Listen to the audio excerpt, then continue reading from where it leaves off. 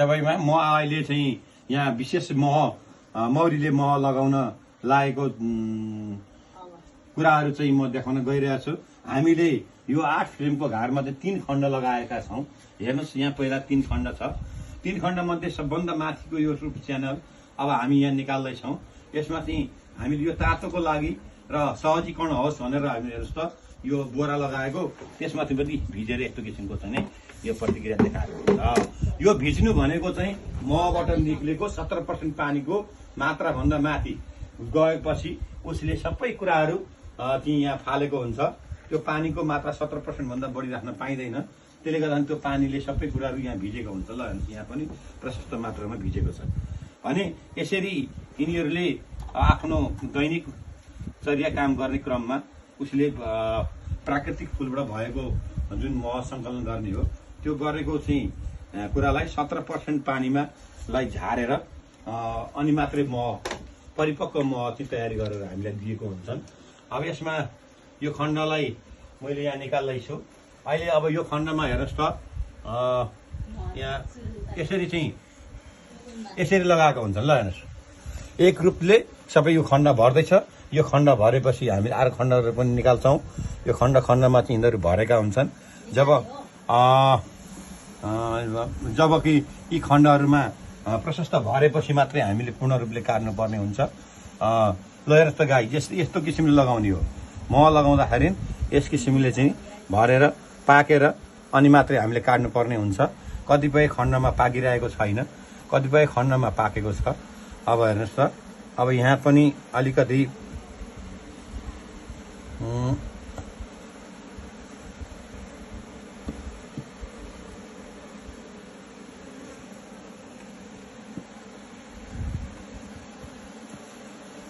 चुक्रियो त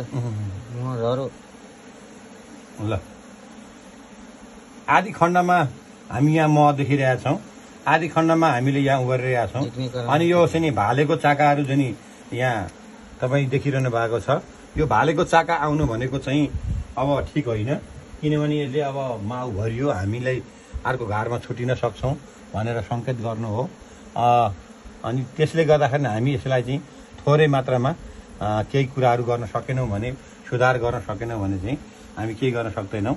यसरी पाकेको मह चाहिँ प्रशस्त मात्रामा पाकिसकेपछि मात्रै हामीले मह भनेर चाहिँ अनि काट्नुपर्ने हुन्छ।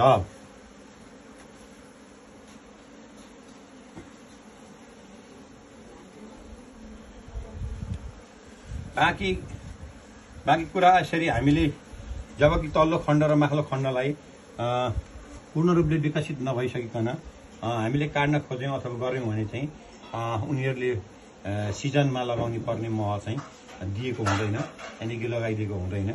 अब हामीले यहाँ हेरिरहेका छौँ एक खण्डलाई, दुई खण्डलाई, तेस्रो खण्डमा पनि यिनीहरूले यतिकै मात्रामा लगाइरहेको छ भने अर्को खण्डको अवस्था हामीले फेरि हेर्नुपर्ने हुन्छ।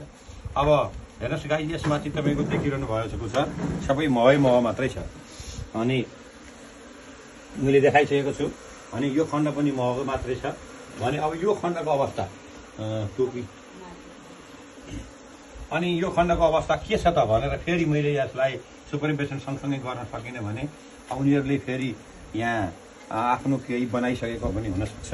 अब हेर्नुहोस् अब यहाँ चाहिँ एउटा दुईटा खण्डमा मह लगाए पनि अरू खण्डमा फेरि यिनीहरूले भरिसकेपछि अन्य भालेको मात्रा बनाउन पनि सकेको हुन्छ। भालेको मात्रा आउनु भनेको चाहिँ यिनीहरू छुट्टिनु पनि हो। त्यसले गर्दा छुट्टिने ठाउँ पाएन भने छुट्टिने, ठाउँ पायो भने मह लगाउने। यसले गर्दाखेरि हामीले विचार गर्नुपर्छ। यहाँ हेर्नुहोस् भालेको मात्रै यहाँ चाको तपाईँ देखिरहनु भएको छ। अब मैले यो भालेको चाको मात्रै यसलाई किन दिइनँ भने यसले हामीलाई भालेको चाकोको यहाँ आवश्यकता छैन भनेर महसुस गराएको हो। त्यसले गर्दा महमा फेरि जाओस् र अझै विकसित भएर मह लगाओस् भनेर हामी यसलाई चाहिँ हेरिरहेका छौँ। यसरी यो चाहिँ नि चाकाहरूको एक नासको हुनुपर्ने, एक नासको यहाँ देखिरहनु भएको छैन। यिनीहरू चाहिँ भालेको चाका एउटामा चाहिँ थोरै मात्रा दिँदैछ भने अरूमा चाहिँ पोथीका चाकाहरू मात्रै छन्। कर्मी मौरीका चाकाहरू जुन जन्मिन्छन्, कामदार मौरीहरू, यसबाट कामदार मौरीहरू जन्मिने भनेको यिनीहरू मात्रै हो।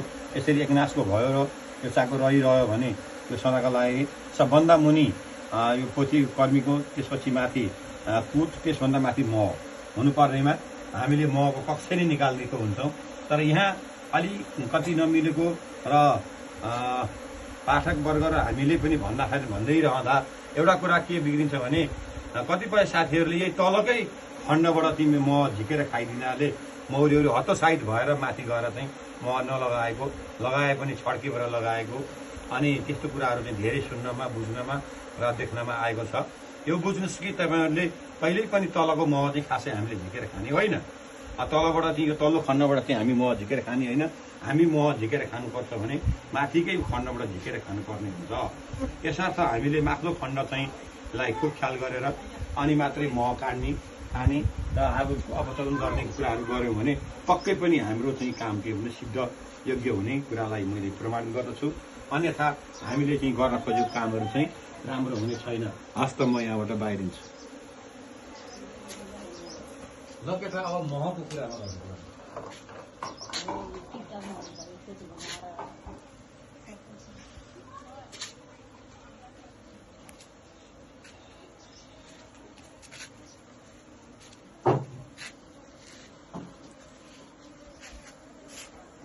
मालो खण्ड ला त चेम्बर सिस्टमले त उसले बिगारेको छ। त्यो चेम्बरले त है त्यसले के